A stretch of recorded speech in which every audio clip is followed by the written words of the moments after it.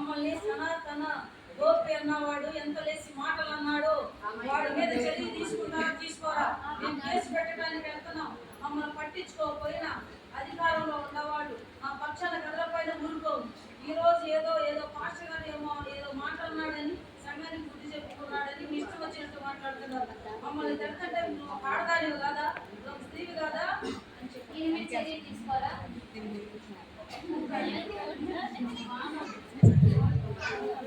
మా పక్షాన్ని మీరు న్యాయం చేయమని మేము అడుగుతున్నామండి. ఆ సనాతన గోపి అన్న వ్యక్తిని మీరు ఇప్పుడే ఇమీడియట్లీ చర్య తీసుకోవాలి. లేదంటే మేమందరం స్టేషన్కి వెళ్తాం. ఆ స్టేషన్ల ముందే నుంచొని మేము దహనం అవుతాం అన్నమాట.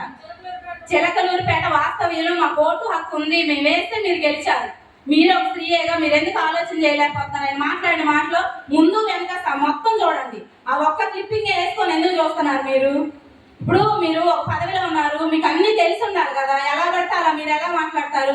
ఎవరో మాట్లాడతారు తెలియని వ్యక్తులు. మీరు ఒక హోదా కలిగిన వ్యక్తులు కదా, మీరు కూడా అలాగే మాట్లాడితే ఎలాగా? ఇప్పుడు మిమ్మల్ని గెలిపించుకుంది ఎందుకు మేము?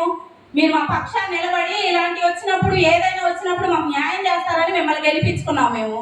ఈ చిలకలూరుపేటను అంతంత పేరెత్తి మరి వాడికి అంత దమ్ము ధైర్యం ఉంటే పేరెత్తి చిలకలూరుపేట గురించి పేరెత్తి మరీ తిట్టాడు. వాడికి ఎన్ని గుండెలు ఉంటే ఇన్ని గుండెలు దాటుకొని రావాలిగా. మరి మీరు వస్తారా? మాకు న్యాయం చేయకుండా మీరు వెళ్తారా ఇక్కడి నుంచి? మాకు న్యాయం జరగాలండి, లేకపోతే మేము స్టేషన్కి వెళ్తాం, అక్కడే ఉంటాం. మీరు మటుకి మాకు న్యాయం చేయకపోతే మటుకి ఎందాకైనా వెళ్తాం, హైకోర్టుకైనా వస్తాం మేము.